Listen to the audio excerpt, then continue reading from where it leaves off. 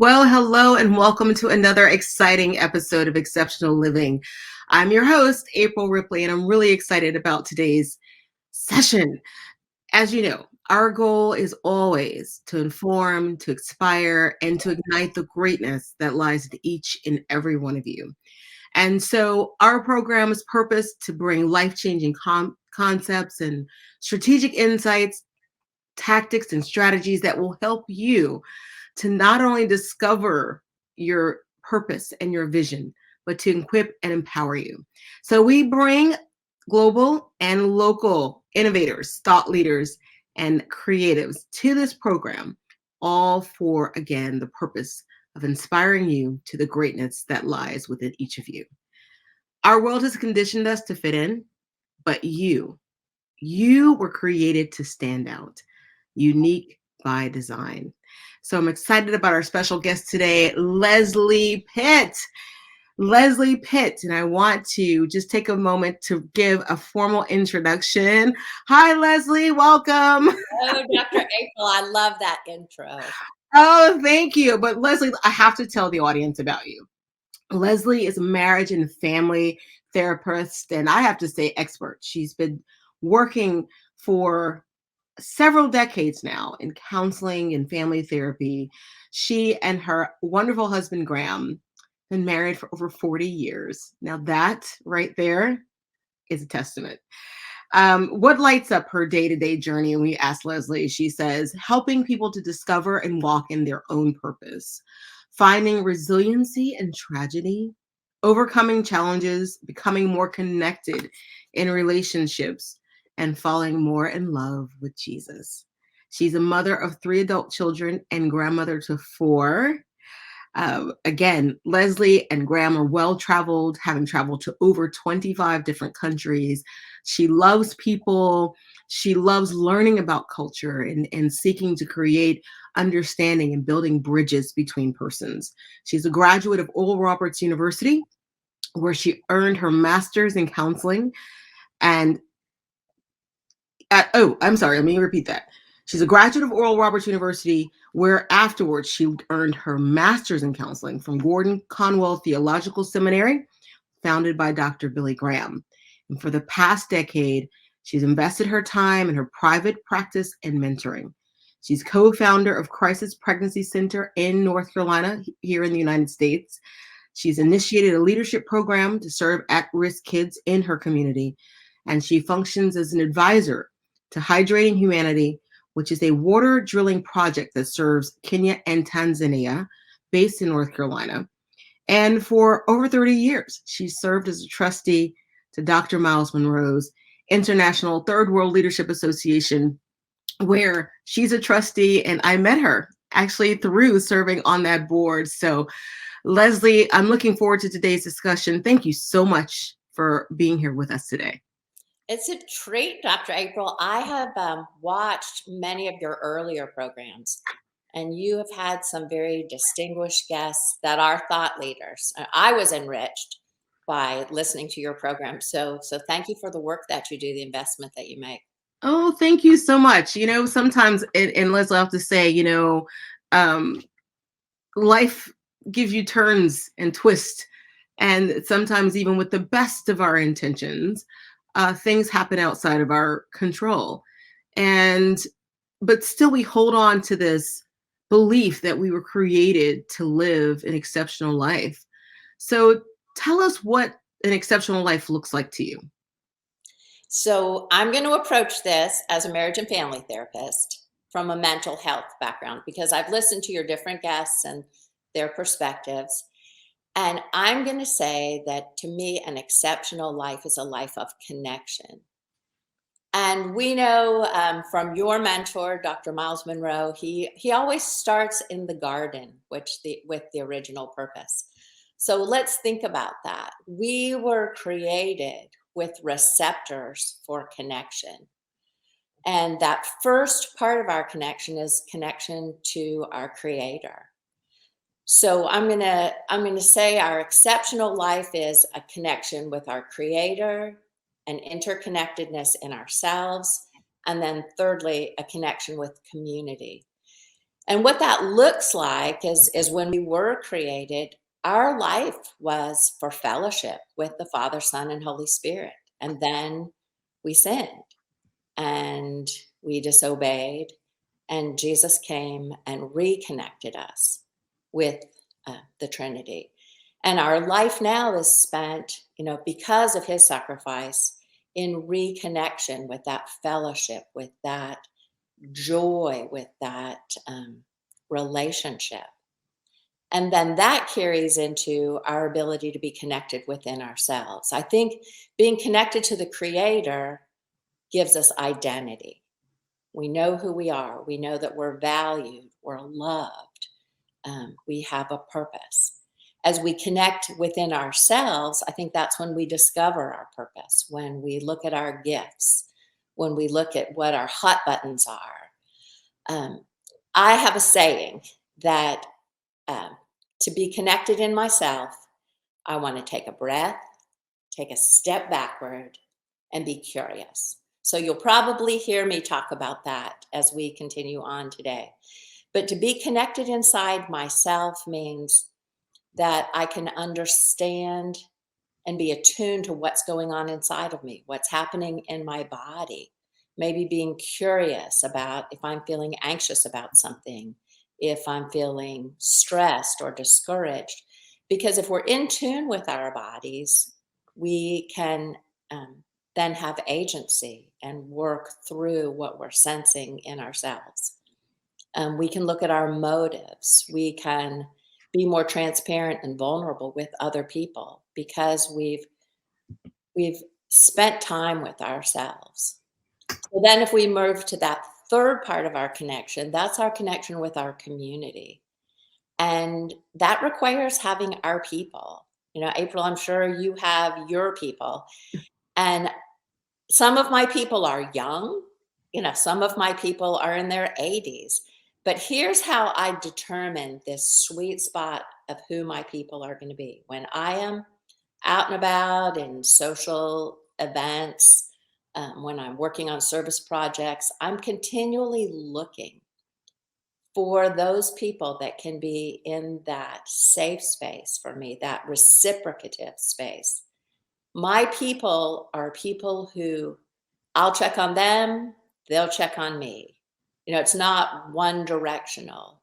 My people are ones that carry positivity, that aren't negative, that aren't critical, that don't talk about other people behind their back, because I know that that's not a safe person for me, then that will be able to keep confidences and watch my back. We all look for connection in two realms, and that is attachment. I'm speaking as a therapist now, and attunement. Attachment means somebody's got you. They're for you. They're with you. They can be with you when you're excited and celebrating, and they can also be with you when you're hurting. They have that capacity. Also, attunement means they get you. So for our people, often they have to understand our stories so that they understand why we react to things the way we do, what our challenges are, what our goals are in our life. But as we build that community, that's a very powerful part of our connection. I have a community of women that I've been with for 30 years. Wow. From a former place where I lived, and we pray together for our families. After we launched our kids, and again, we're celebrating our 40th wedding anniversary this week, Oh, which is a big deal. We went to see Paul McCartney and celebrated, and we're getting ready to do some more celebrating. But when we launched our kids, we had to make an intentional effort to build community with couples to be our people, and we've been very intentional about that, about people's worldviews, about how they conduct their lives. And for the past 10 years, we've had this group of 6 couples that we do life with. And we need that.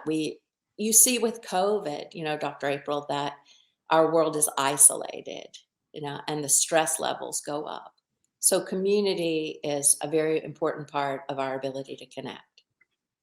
Oh wow, Leslie, you shared so many nuggets, and I'm always taking notes because I think part of the community, as you said, is the reciprocity that comes Mhm. from learning from others that you trust in this space. And I love the two things that you talked about in connection with the creator first for identity, ourselves, and discovery of purpose. But then this community, it's almost like our community is the environment that incubates the seed that's within us, right?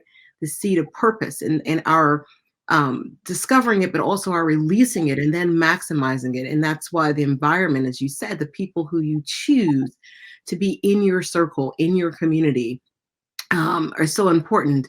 But you talked about attachment and attunement. I love it, right? Someone who's attached to you, who's got you, who's got your back, your side, whatever you go through.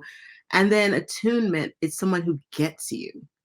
And that really kind of takes that community connection to a different level, right? Because someone could have your back, perhaps, we all experience a tragedy that occurred when Dr. Monroe and Pastor Ruth and all of our, extended family. Um, it's almost 7 years. Honestly, it's been, Hard to time believe. goes.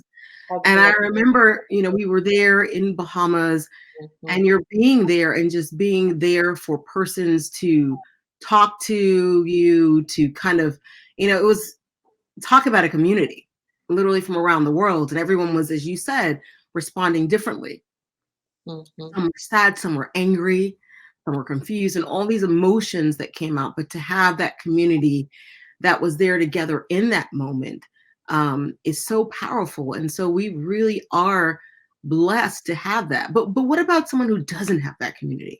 I'll say, what about people who may feel that they're on their own and don't have a safe space, as you talked about? What would you say to them? Then we need to be intentional because those people are out there and we have to find them. And I think I've heard you talk before about finding your people that are not competitive, not to one up you. They're in their lane and they're comfortable with you in your lane. We watch for that. Some of the people who are watching today might be introverts. That doesn't mean you don't need a community. An introvert is someone that processes inside themselves, gets energy by pulling away and just having some downtime, where an extrovert gets their energy from being out and about in social situations. So, even, for our introverted friends today, we need to look and initiate. And what does that look like on a practical standpoint? That might mean, if you're working out, you start a conversation with someone. When you're at an event, you invite them to maybe, meet you for coffee and talk. And it's almost that we interview people to get into that place of our safe, our people. Oh, I love that. The fact that I think what you're saying really is community is all around us. And Mhm. that at some point we need to take a little bit of initiative.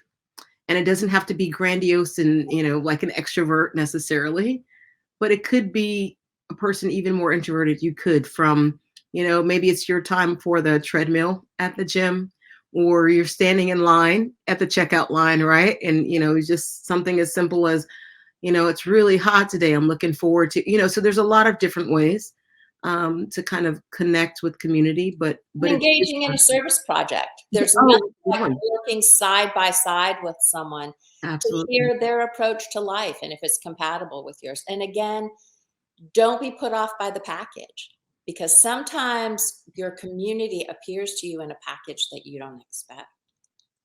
Absolutely. And I know recently I was working on a project, and the package I did not expect. But I Mhm. know that it was an opportunity for me to engage with persons and ideas that were not same as mine. But where can we work together, and where can I share with them the love and hope and faith that I found? And so I do believe that sometimes, God places us in these situations, not just as a test, because sometimes people hear test less and they go, oh, I don't want to test. Is he punishing me with this test?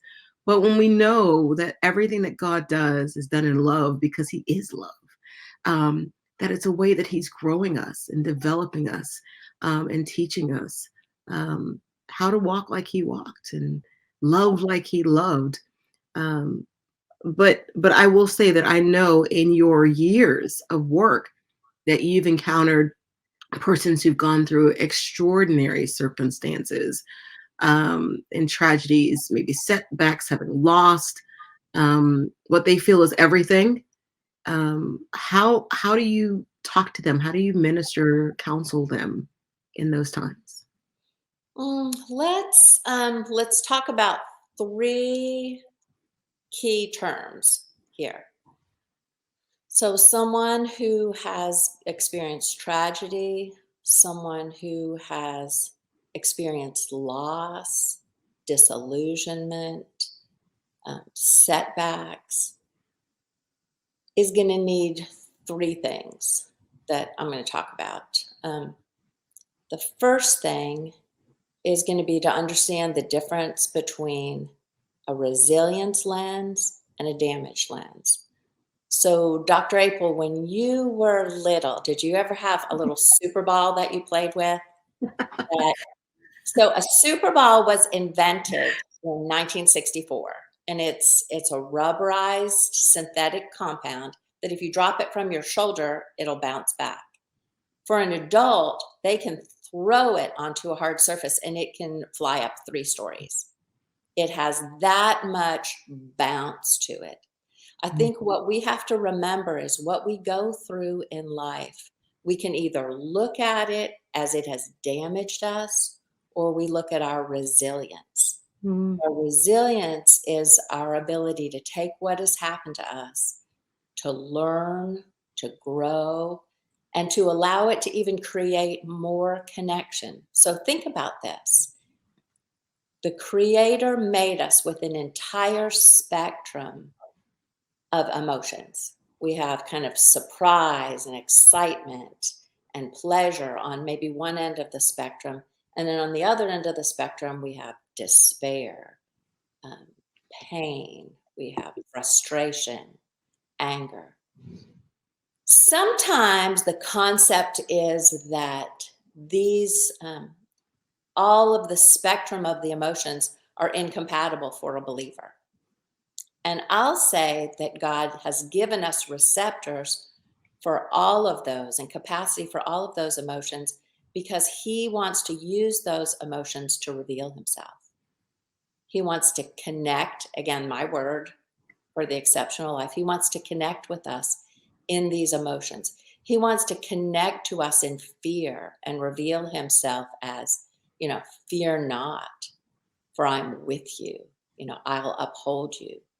He wants to say, I would have despaired unless I believed I'd seen the goodness of the Lord in the land of the living.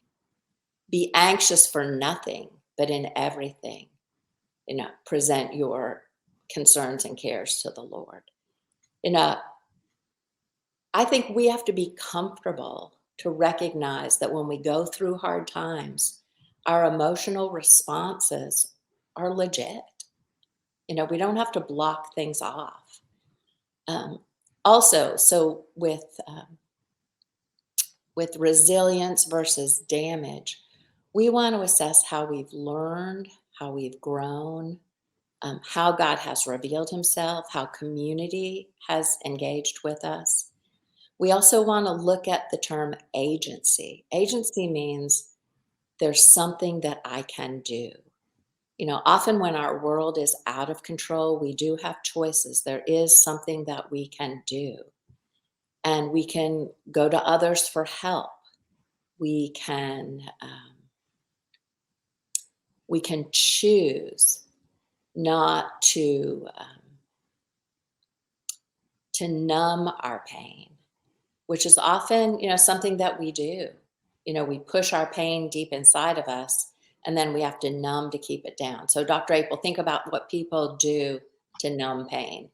Some people numb pain by Netflix watching. Some people numb pain by spending, by just engaging your life in sports, just anything to keep your emotions down and keep busyness going. And think about how other people handle pain. It can be to push it away from you. We want to push it out of us um, by blaming, and that ends up making us feel bitter, and it disempowers us because it's somebody else's fault and we're a victim. The real way that I sit with people, in their loss and in their pain, is to do something that our society isn't very familiar with. And this is a key to mental health, and that is to learn to grieve. We can identify our losses, and sometimes we have to be with somebody to do that because we're afraid in a very dark situation that if we start looking at the losses in our life, it's going to be this dark vortex that sucks us in. And that's really not the case. What happens when we grieve, and we know Jesus was a man of sorrows, acquainted with grief. We know that surely he bore our griefs and our sorrows, and by his wounds we're healed. But when we grieve, what we're actually doing is expressing our pain.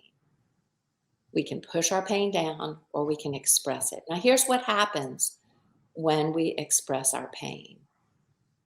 Number one, it goes from being a felt experience in our bodies, that sick feeling in your stomach or your chest, and it goes to the language center of your brain where we give it voice, where we give it words. So, what happens with that? The time that we can express our words of prayer to God, to actually make that connection, to have Him reveal Himself to us in that place. But it also, when it goes to the language center of our brain, it connects with this frontal cortex of our brain. And our frontal cortex is the part of our brain that gives meaning to loss, helps us see how we've grown. It also helps us comfort ourselves and reassure ourselves that things are going to be okay. So there's very powerful, some people journal, to give voice to their losses and pain. But other people, it could be with a trusted therapist, or it could be with a trusted friend, a pastor, a counselor. But what we want to do is be able to process that pain. And what happens then is we get to a point of acceptance. And that can take a long time. I can't tell you how long that takes. But that place of acceptance is a real turning point because it leads us to hope. But it is a process. Well, that we have emotions that were given to us, and you cited areas where Christ was. I also felt with the feelings of our infirmities. I remember growing up, Leslie, when we had to memorize scripture verses, and whoever was fortunate to be first, the first one was Jesus wept. We said it only because we may not have done our due diligence, but it's so powerful that he wept. And even in the Garden of Gethsemane, right? Knowing what was before him, said he cried or he began to sweat blood.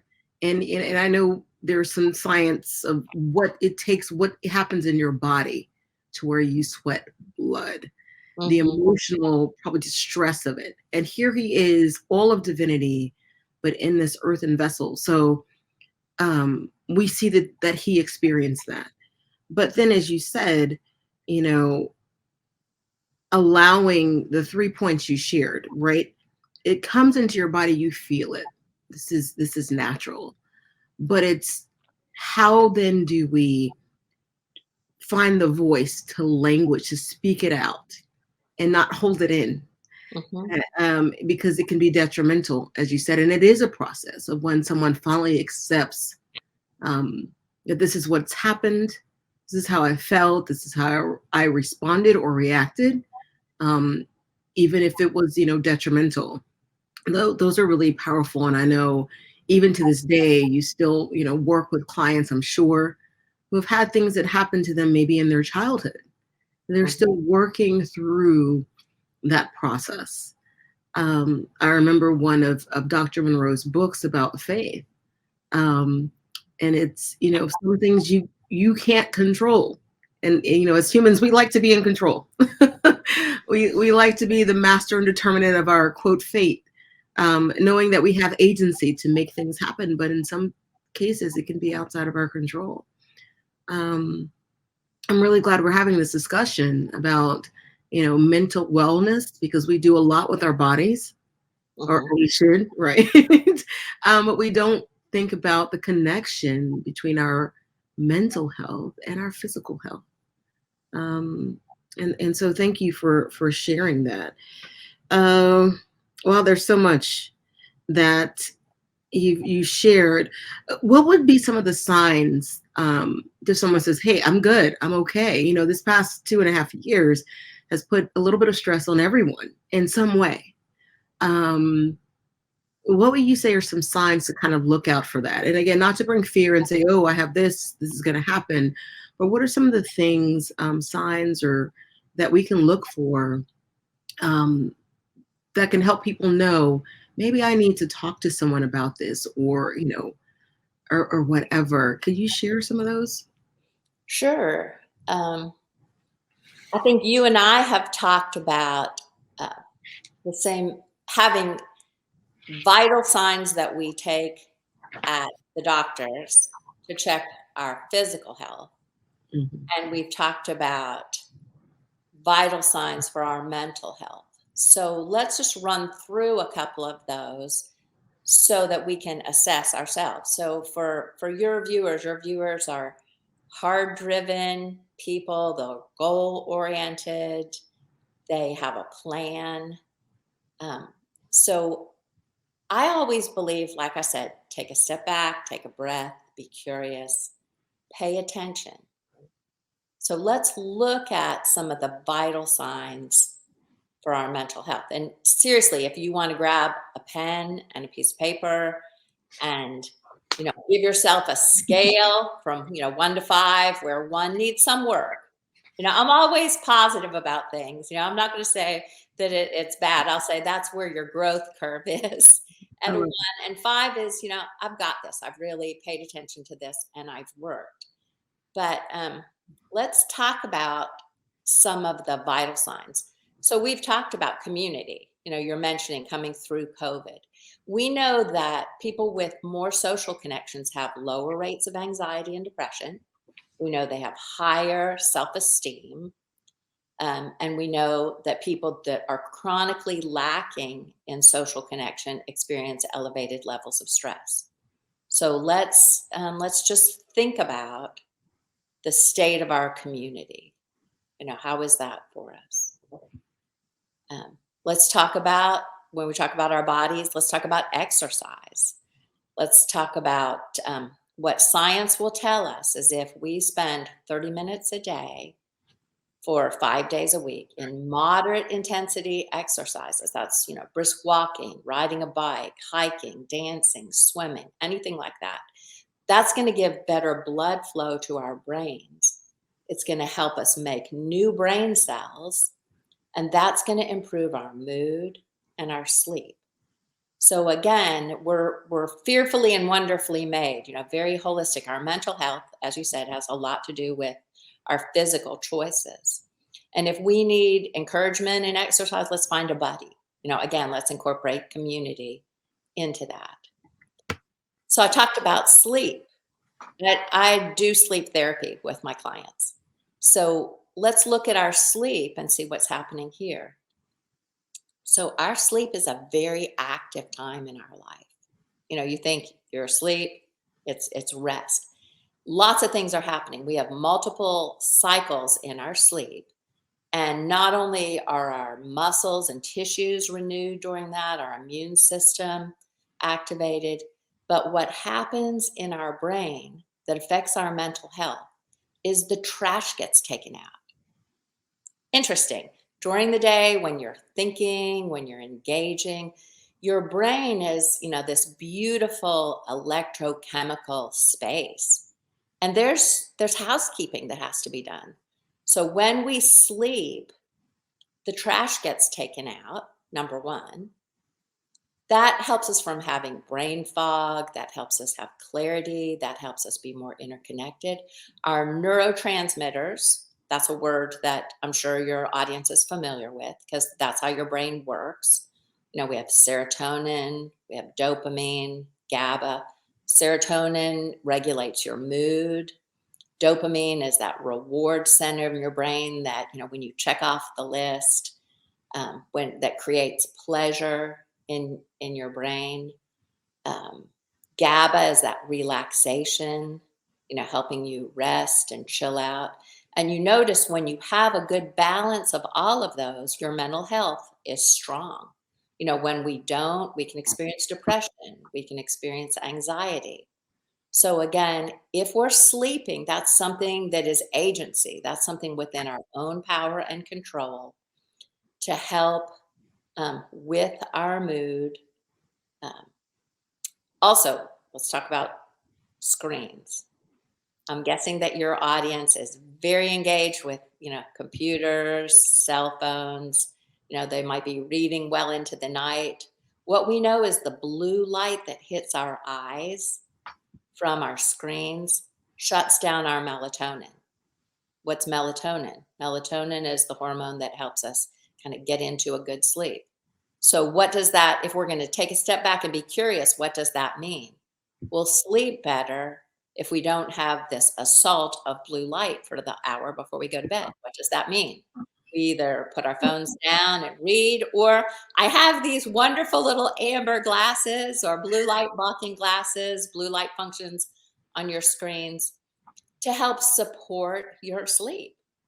We know that caffeine, works against sleep. We know that just problem solving, thinking about difficult situations can ramp up the cortisol in our bodies. That's the stress hormone. That's what keeps us awake versus the melatonin that helps us to sleep. I tell my clients, sometimes just keep a pad and pencil beside your bed and don't turn a light on. And if you're thinking of something in the night, just scribble it out and tell yourself, I'm going to work on that tomorrow. I'm going to set aside, 20 minutes to think about that so we can get this good sleep for our brains. Oh, that's good. And I have to admit, I have sometimes been up. You notice that, Where though, did it come from? that the next day, sleep deprivation is like being legally drunk, in terms of Absolutely. your functioning. Absolutely. But I have to say I've been guilty of being up a bit. I don't know where those late nights come on the computer. We may know a person who had a little bit of impact on that. But that's so true. And I love that you broke down the importance of rest. And exercise. I got one of these little things and now they're pretty inexpensive, Leslie, like a little tracker Yeah. of your steps, you know, phones have it, but sometimes you don't always have your phone on your person. So, just the investment in yourself of a little step tracker, there's 10,000 steps a day. And I can tell the days that I do, I'm like, yay. Some days I get kind of close, but you might say, well, I don't have money for a gym membership, like it's expensive. But you can go inside a store. This is, and we had a person who was sharing that they actually went inside Walmart and just walked around like pushing a cart. Now it seems, not getting security in there, but they felt safe. I mean, inside at least the store walking, then maybe outside, maybe your neighborhood, you're like, I don't feel as safe. But, I think also, as humans, we're resourceful. So, or find a buddy that you can walk with, an indoor track or something. We're not telling you to go out to La Fitness, some people call it, or wherever your gym is. Do what you can, but it makes a difference, and you just shared that, and how important exercise is, but also sleep. And And I I have think a few more in the list, and one of yeah. those you mentioned is self-care. So what is your self-care routine, Dr. April? Wait, I'm supposed to be, no, just kidding. Oh, So no. for me, I do, I have to take time out to exercise. I remember one of our colleagues said, even the color of the sky and the grass are important. And sometimes I just go out and look up and look around. Um, Quiet spaces, sometimes just turning the phone off. Mhm. Because as you said, community, but sometimes we're so connected, Leslie, right? And sometimes it's shut that ringer off Yes. for a moment. Close the computer. Um, give yourself time to recalibrate. That's a word I like to use. Mhm. Um, it's getting warmer now a little bit than cold winters. So I will, go out to dine and maybe sit outside on the patio just to be out. Um, Reading a little bit of travel, like again, within the community. And certainly, Leslie, you talk about, working on projects for community um, philanthropy. I love that. Have been working with a group of amazing young leaders around the world who are doing some things in their country that will change, um, some of the systems uh, for that, but also giving. I think giving is also a way Mhm. that we help to recalibrate our personal selves. Mhm. Uh, and I think this is in creation, right? Because if you take it all in like a swamp, nothing happens. But when you receive like a river, but you flow and help to nourish other people, you're the reciprocation of your again being filled. And this is, in Proverbs it says 11:25 that he who waters others are Mhm. also watered. So that I do it within measure, because yes, Leslie, there's times when you need to pull away, not away from persons and build walls, but just for yourself to recalibrate and enjoy. Maybe it is a Netflix though, Leslie. Maybe you Sometimes. say, right? Maybe it's I'm Sure. going to the movies, or Sure. something like that. We're You have a people of little, story. We always enjoy a little story. yeah, a little story, and Like but a bedtime story when you were a child. oh yeah, it's a bedtime story, but within moderation, right? And I've learned too. I think that COVID really helped put things into perspective of priority and importance, and also blocking time. And that was something I certainly have learned from my mentors is how they do so many things, and like I make time for it. So between this time, I do this. And then I'm going to sleep. I'm going to get, some do 6 hours, some maybe do 8. But if I go to bed at this time, I'm going to get this many hours of sleep. And that's the fact. So I'll schedule meetings or what I have to do at this time frame. And so, to your point of, community and self care and recognizing how important that is for your own well being, but also for community. Because if you're not taken care of, not going to be much help to your neighbor. And I'm asking you this because people follow you, Dr. April. They want to know what is it that you do that makes your life an exceptional life as well as your guests. So I did that with Absolutely. intentionality. I did that one I on know. okay, we're still doing our 1 to 5s for Yes, our mental health vital signs. Think about boundaries. absolutely. Boundaries. Do we stay in our own lane, or do we exhaust ourselves? And again, knowing our identity and purpose keeps us in our lane. Yeah. Do we take on others' drama, others' negativity? That's exhausting. Or do we put up healthy boundaries with individuals, with what we take into our own emotional selves? Are we aware of our bandwidth? That's something that you said, in your self care. Um, I think something else we need to talk about is how we manage stress. Notice I use the word manage. Everything in our life we manage. We manage risk. We don't avoid it, we manage it. And how do we find out, what's a good fit for us? Usually we go too far. And then we kind of come back and we know what that is. We manage our time. We manage our stress. Stress is something we were created, that stress response we were created with. Because in an acute situation, that means this is a short period of time. Our amygdala, again, we're going to get into some anatomy here, but our amygdala is the threat monitor in our life. It's like the smoke alarm in the house. It's going to be searching the horizon to say, are you safe? Are you okay? When that amygdala flares and recognizes input that says, you're not safe, you're not okay, there's danger, in a nanosecond, it sends a biochemical signal through your nervous system to shoot out adrenaline. in your body. So that adrenaline is that stress hormone. It activates the cortisol in your body, and it changes your heart rate, it changes your blood pressure, it changes where the blood is flowing in your body, away from the rest and digest into the fight, flight, or freeze. So you've all felt that. And again, stress is meant for a specific need.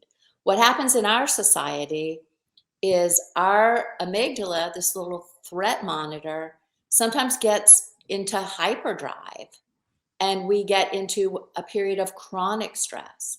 What can that be? That can be concerns about our work, our job, our security, concerns about our finances, a stressed relationship, something with our kids. We can get, this huge stress response. And what that happens is it affects our sleep. It affects our emotional responses to others. It may cause us to withdraw. It takes away our energy, and it zaps our mental health. So, how are we going to deal with stress in our lives? That's so good, Leslie, because you said, as you said earlier, you feel it, but you have to go beyond feeling. You have to be able to release that, or else it's trapped in your body and can lead to other things of physical harm inside your body. And when you talked about, blaming and bitterness and being the victim, those all play out Yes. in some way, and they can hurt others, right? So even though it's you, it can have an effect on others, because nothing that we do affects just us, because of community. The decisions even that we may make individually, yes, affect us, but there are people in our lives who will also have some effect, or experience that because of decisions that we've made. So again, really kind of building on what you talked about in community. And I love that the fight, right? The fight, the flight, or the fear. Freeze. The Just freeze. Yeah. happens. We've all experienced that. And so, when I say being interconnected inside of ourselves, recognize when that's happening inside of you Mhm. so that you can deal with that through self care methods, through your belief system. Because sometimes our beliefs and our thoughts are off of what we're predicting for the future, and that can ramp up our stress. So sometimes we need to spend time with our creator and Absolutely. have our minds renewed, to release that. Yeah. And here's a real key, Dr. April, and that is how we fuel our bodies for how that affects our mental health. Do you know that we have this entire community that lives inside of us that creates the vitamins and the neurotransmitters that we need for a good brain? That's our microbiome. It's kind of the buzzword of this decade. Really, the human genome was the past decade. The microbiome is this world that lives inside of you. You have this beautiful colon that we'll call your gut, and so Yeah. it's full of life. It's full of microbes that are working Mhm. for you. What we can do is either work against that or support these little buddies of ours. And we do that through how we fuel ourselves. So if you are looking at the 1 through 5 of how you are fueling your body to affect your mental health, think about, can we move just one increment away from sugars that inflame the system and they kind of wreck our microbiome, from fast foods that are part of our society, and maybe think one more day a week we'll prepare food at home with lots of good fruits and vegetables that have lots of antioxidants that feed um, the bacteria, the organisms inside of us, so that they can make the good neurotransmitters that our brain needs to work well to give us good mental health. 95% of the serotonin in your body is in your gut. Think about that. We didn't know that, up until this last couple of years. We presumed that our brain made it all. But we are interconnected as a human being. So if we can reduce some of the pesticides and toxins that attack those good little helpers in there, if we can feed them. This is one of my secrets for good mental health is I eat a fermented food every day, whether it's a couple of forkfuls of sauerkraut, just something, because that feeds and fuels those microbes that are working to take care of my mental health. Does Mhm. all of that sound kind of No, it does. It is, and that's the physical part. And going back to Leslie on how to kind of manage stress and recalibrate. For me, I take moments also spiritually to connect to my creator. Um, again, phone off, computer off, um, some music, worship music that helps to calm. And there's studies that have been done about music and calming, prayer, communication, like all these things are certainly important. change um your brain? yeah, Change your brain. to my brain. And I notice that when I calm down, even if I'm in my car and there's a lot that's going on or projects I'm working with, I'll just put on this music and it shifts literally the atmosphere, um yes, of what I'm hearing, which goes into my brain. And I know you could give us all of the really kind of scientific study on that, but I think that's also why our eye gates and ear gates are important. Yes. And so what we imbibe, news, what we read, and that's why study and in the word is important, is to me. um What we Hearing consume. words. Yes, Yeah. what we consume. And so physically we're getting better, right? We're drinking our water, we're eating fermented things, and especially, fresh, going to, these weekend markets that a lot of cities have. We can buy fresh, fruit and things like that. But we can't neglect the spirit part Yeah. of our being, and because that affects, also the soul and the body.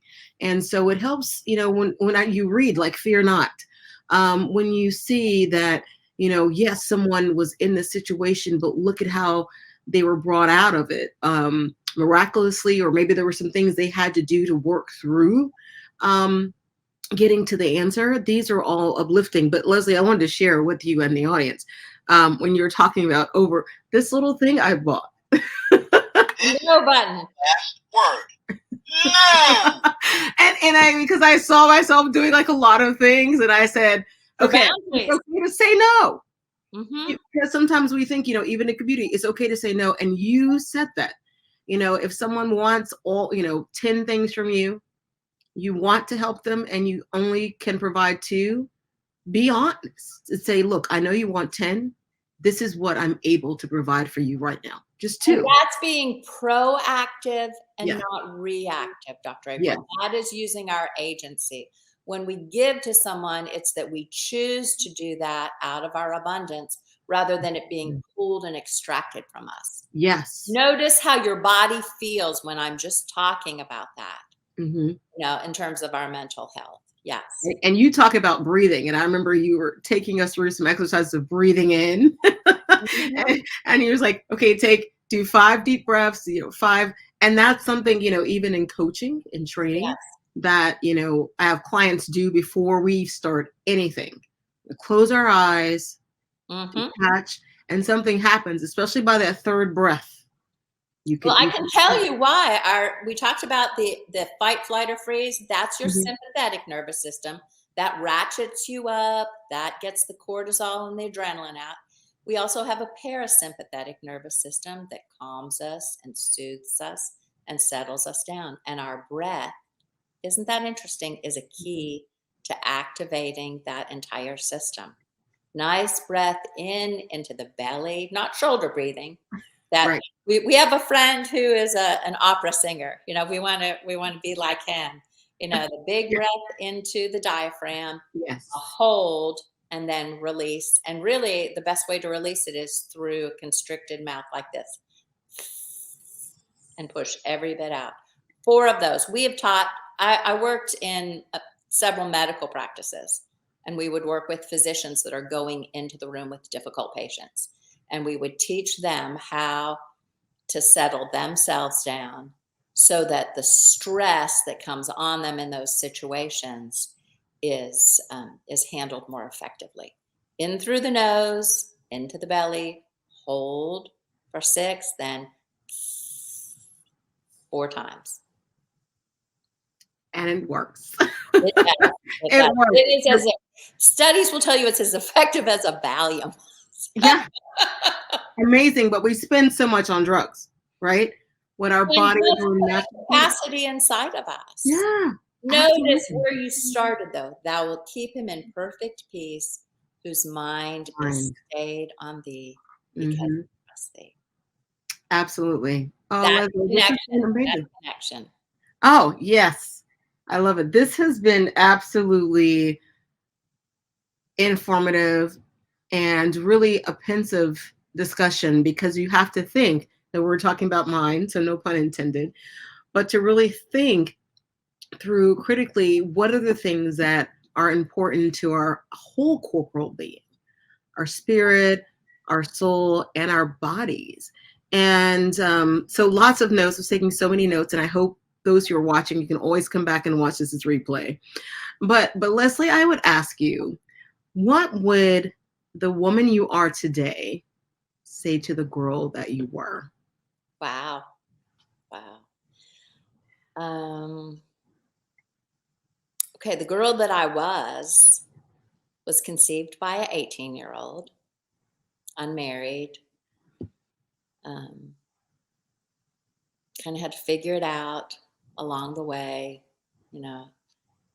So I'll say I would get really close to that little girl first. You know, there's my attachment and attunement.